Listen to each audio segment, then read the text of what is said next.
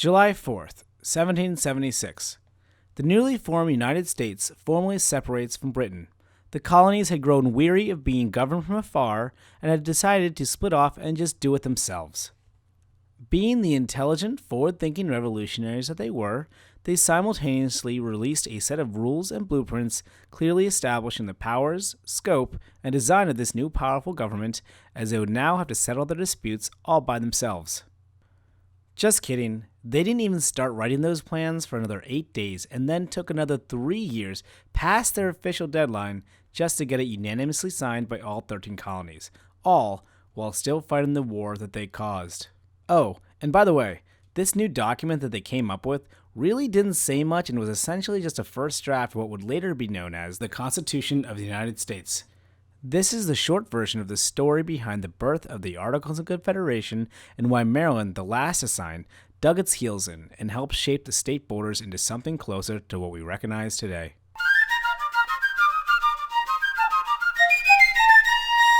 Before any of these dreams of a new nation and self-governance even happened, England was writing charters at the speed of yes. These charters tended to include vague land grants that essentially stated you own from here to over there somewhere, because we don't actually know how large this new land is. Because of this, the colonies of Virginia and Maryland were constantly at odds with one another over the rights and ownerships of land and water. Now, to understand this, we need to quickly recap how these colonies established their borders in the first place. In 1607, the London Company founded Jamestown, and after significant failings in this new world, King James I essentially told the London Company, hey, you're going to be a province of England now, and this new Virginia thing you're doing, yeah, feel free to expand that as far west as you want. Oh, also, here's pretty much everything below you. This worked, and the London Company established a foothold in the New World. In 1620, King James I decided to establish a new colony for the Puritans, and the Council for New England was formed. They were granted all land in America, from sea to sea, that lay between the newly reduced northern border of Virginia on the 40th parallel, all the way up to the 48th parallel, containing much of what we now know as, well, New England. This relocated Virginia's northern border slightly, though it still allowed its holdings to extend all the way to the west.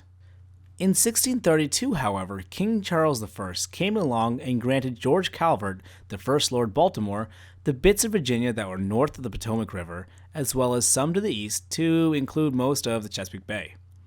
This was the formation of the Maryland colony.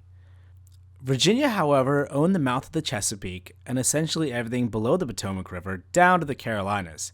They also laid claim to pretty much everything west of the end of the river because, hey, how big could this new land be anyway? Almost immediately, land disputes sprang up. This laid the groundwork for conflict between these two states, as Maryland also won control of the eastern shore.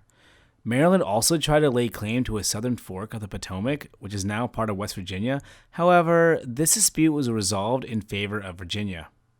The third reduction of Virginia occurred in 1663 when King Charles II issued a colonial grant for Carolina. 2 years later, slightly more land was given to Carolina that had previously been Virginia's. Now that they would be free of this pesky crown, Virginia would not be told where they could or could not expand. Okay, now back to independence. On June 12, 1776, the Second Continental Congress appointed a committee of 13 to prepare a draft of a constitution for the union of these new states.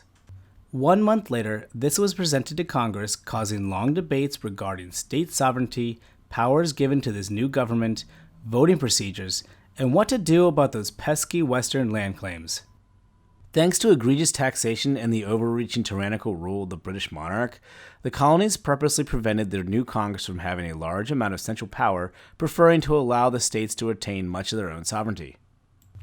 Now, most delegates realized that as flawed as these articles were, they were at least better than not having a formal government at all, and so by November 15, 1777, they agreed upon a final draft that retained state sovereignty, left Western land claims in the hands of the states, established state-by-state voting, set forth proportional guidelines for taxes provided to a common treasury based off of the value of the land within each state, and established a single-entity legislature with almost no power over anyone to do anything. Yup, you heard me. While they all agreed that they should pay into this new government, they also agreed that there should be nothing that this new government could be able to do to anybody should they not decide to pay their share. This was 100% based off of the honor system. Now, this worried the smaller non-Western expanding states. Congressmen such as Thomas Burke of North Carolina had made sure that state sovereignty had been maintained. However, this also meant that states were largely on their own when resolving disputes with their neighbors. Smaller states, who had no hopes of further Western expansion, such as Maryland, New Jersey, and Delaware, began to fear the neighboring states, like Virginia, would continue to grow and become significantly more important than themselves. Now, as they had just declared open rebellion against the most powerful nation of the time, the Continental Congress understood the importance of setting up a new government and set the deadline for ratification to March 10, 1778. Virginia and many other states, understanding the importance of getting this all figured out sooner rather than later, agreed, with Virginia signing December 10, 1777, and 9 other states following soon after in the early months of the next year.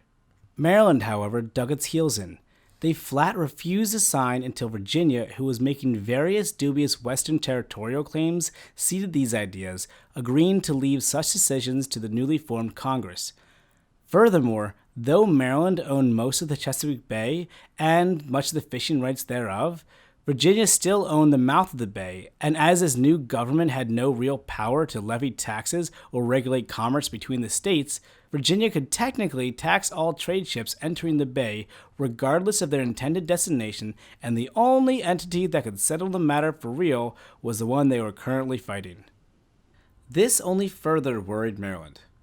As Maryland became the final holdout, several other states became irritated, even passing resolutions endorsing the idea to just go ahead and make a new government without Maryland. If Maryland didn't want to cooperate, then Maryland didn't have to come to the party. More level-headed politicians, however, stepped in and reminded their governments that they were all in this together and would surely fail without full, unanimous support of this new Confederation. However, by 1780, the British Army had reached as far north as the Chesapeake. This caused much concern to Maryland state government and led them to write a letter imploring the French to help them. In a letter penned back to Maryland, the French minister replied, "We are led to hope, gentlemen, that the winter will not come to an end without the accession of your state to the Confederation. This resolution is so fitting to endow with some energy the activities of the 13 states, to strengthen their union, and to destroy the shadow of hope which the English may retain of sowing division between us, that all good citizens can see only with satisfaction that the obstacles which have hitherto stood in the way of this accession have been at last removed." Essentially, yeah, it will help, but also, you should really sign that document. Also, during this time, the larger states such as New York and Connecticut had already begun to give up their land claims to the west. And by January 2nd, 1781, Thomas Jefferson finally managed to convince his home state of Virginia to relinquish its western land claims. This did, however, come with a condition that this new unclaimed land would be specifically for Virginians to settle new colonies, states, or settlements. Facing the combined pressure of the relinquishment of land claims by Virginia and the implied strings attached to the French's naval support, Maryland finally agreed to ratify the Articles of Confederation on March 1st, 1781. However, because this document granted the emerging government absolutely no powers of enforcement whatsoever, this would soon crumble, giving way to a more concrete enumeration of the powers of government listed under the Constitution of the United States. Solving that problem, however, would not be the last of the problems faced by the newly born United States of America. In the end, the smaller concrete border-having states such as Delaware, New Jersey, and Maryland, but honestly mostly Maryland, helped shape the East Coast state borders into something more recognizable today. For fear of the potential power of these sea-to-sea chartered colonies, Maryland put its foot down and prevented these comically formed lands from possibly becoming their next tyrannical overlords, gobbling up all land in sight. What would you have done? Do you think that they were right in doing this, wading so far into the war? What would have happened had Maryland not taken a stand? These are questions for another time, as we may never know.